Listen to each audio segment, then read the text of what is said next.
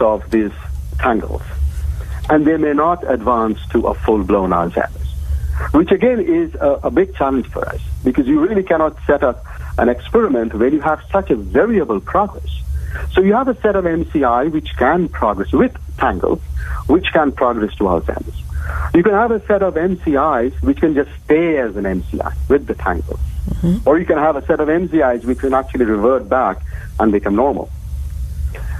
So again, it's very variable, it is very whimsical, and it depends. And we are just inching our way towards a better understanding. You're listening to Your Family's Health. This is Dr. Jeanine Cook-Garard, and I'm here with Stephen and Tiffany, and we are welcoming Dr. Sen, and he's talking about his book, Why Buddha Never Had Alzheimer's. Have you ever heard of recommending other methods helping with Alzheimer's, like Mahjong or like Tai Chi?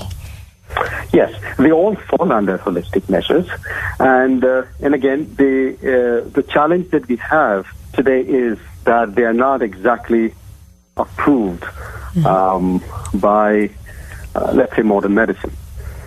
But having said that, for example, Tai Chi has undergone a tremendous amount of research work, not just in the United States, but globally, a lot in Germany and other parts of Europe, and they have shown substantial benefits.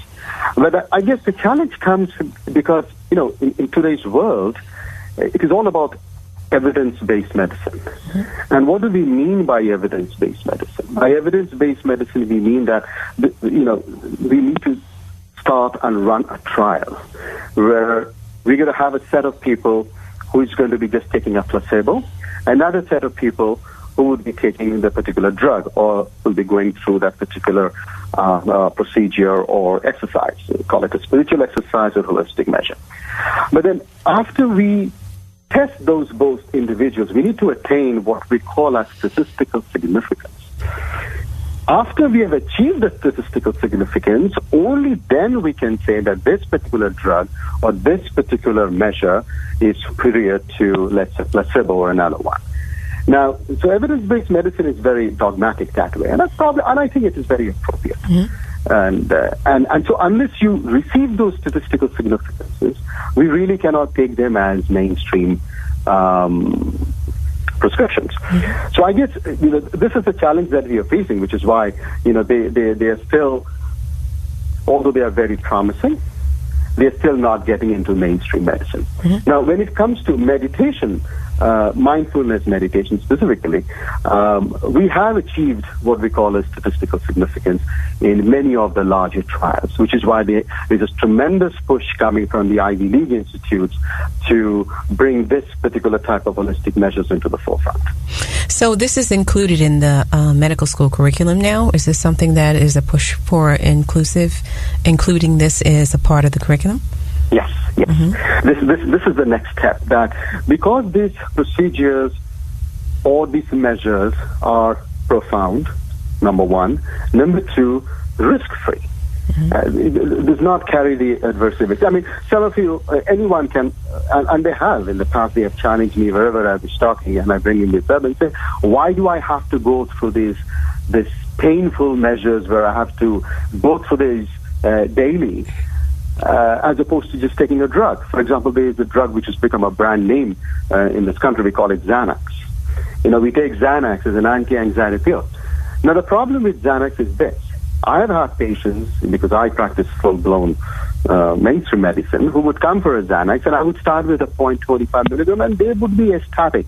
They would be very happy, and they would give me very positive feedback that they are doing very well. They are free of the anxiety. They are sleeping well. But here is the problem. A month down the road, they realize that 0.25 is not working enough. And then they come pleading for a 0.5. And the next thing you know, after 3 months, they want a 1 milligram. They want a 2 milligram. So there are two things that happens with a drug. One, tolerance. The same drug which was giving you magical effects, they cease to give you that magical effects. So you now go for the higher drug. What's the next problem which follows this tolerance effect? You get the adverse effects. So there's no drug in this world which is an angel in the sky. And we are finding that out. For example, we take omeprazole, the proton pump inhibitors for reducing acidity. Now we are finding out so many adverse effects 5 years down the road, 10 years down the road. So I think those who champion these holistic measures, whether it's mindfulness meditation, yoga, transcendental, tai chi, that's their main strong point, that time and time and time again, it is proved to be risk-free without any adverse effects and tolerance. What are some of the challenges that you've encountered in trying to teach older adult patients and how to meditate? Especially those that already have the Alzheimer's, it's hard for them to follow directions and possibly to focus in on how it's done. What are the challenges that you face as a practitioner? It's an extremely practical question. This is a big challenge. And I'll probably disappoint you because I may not have the right answer for you. Before they get into Alzheimer's, when I'm addressing this to my patients, if you ask me, I have a one-word answer for you. The greatest challenge is the mindset. The education coming from the mainstream governing bodies, those who control our medicine, regarding these holistic measures, despite all the brilliant research discoveries from these Ivy League hospitals and institutions, that education is still so low. It is still so not with the society that there is always a question mark asked. There's always that frown saying that this is sham, Dr. Sen. And why don't you prescribe something which is FDA approved? So that's a big challenge, the mindset. The mindset needs to change. And I've said this in past interviews. Like, for example, why do we take, there's a drug which, we are talking about in this country, Percocet.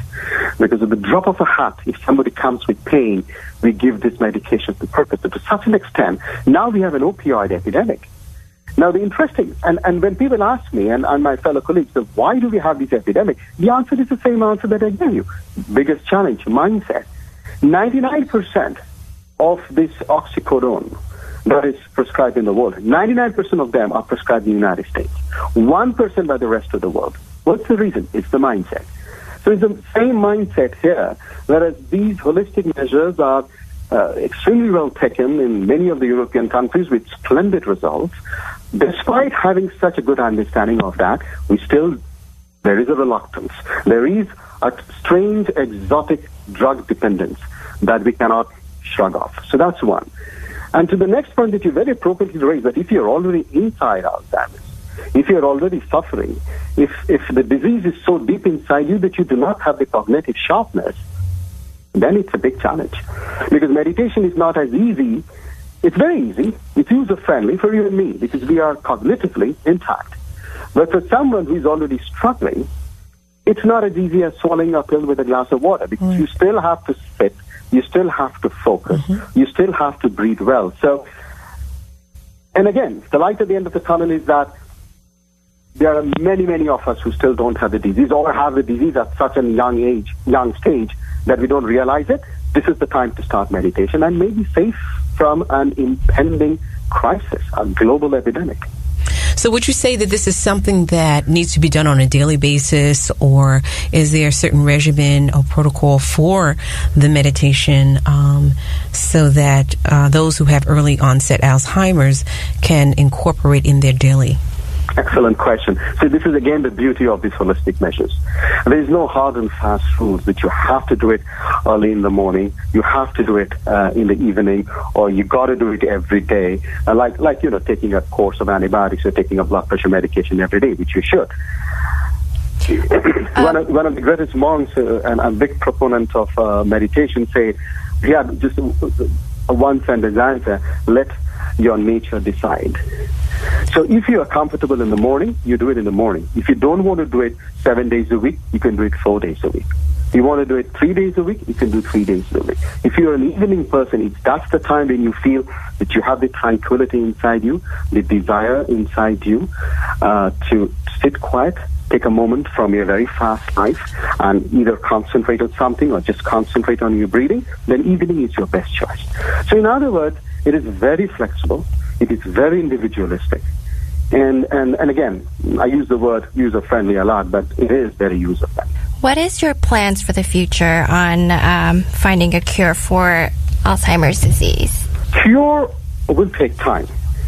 And we scientists are working hard on that. There are a couple of drugs at a very generic basis that we are trying.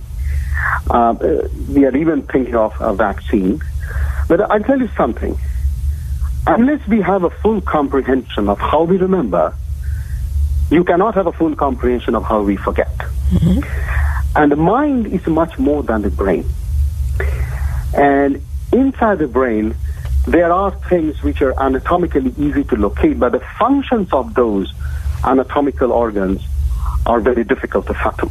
I'm very hopeful that a day will come when we will be able to fathom, but it's going to be hard. As I said, the brain is not the liver, brain is not spleen.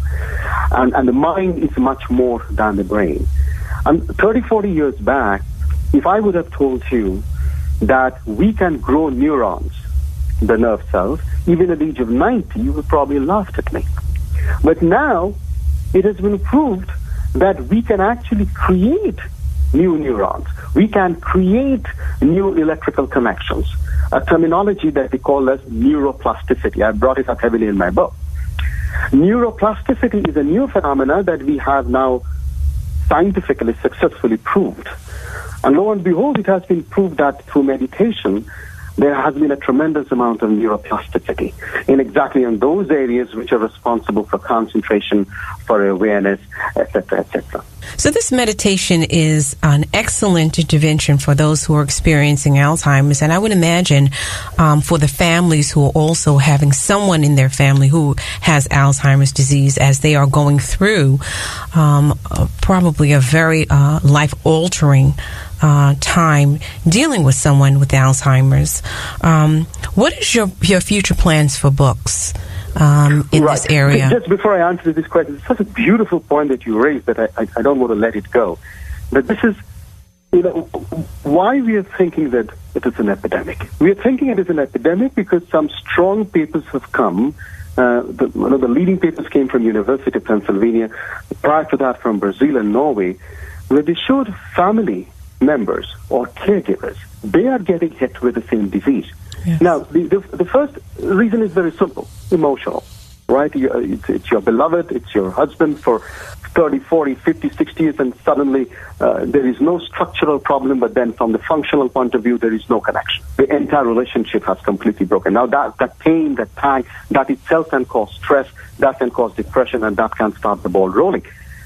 But more than that, deep research has shown that for some reason, those exact areas of the brain which causes Alzheimer's are the ones that's getting hit with the family members and the caregivers, which is why we are calling it an epidemic, that it starts with an isolated event, ends up with a family affair. Which is why meditation is not just for the patient at a very early stage, but the meditation, and you're so right, is for everyone in the family. Dr. Sen, in 10 seconds or less, give us how the listening audience can contact you or to find this or to read this wonderful book that you have. Right. So my book is actually, it's in all possible online portals. It's in Barnes & Noble across this country. And, of course, it is being hotly pursued in Amazon.com, where if you type my name, if you type the name of the book, Why Buddha Never Had Alzheimer's, you should be able to access the book and my contact. So we want to thank you, our guest, Dr. Sen, for being with us today. And we want to thank you for listening to Your Family's Health.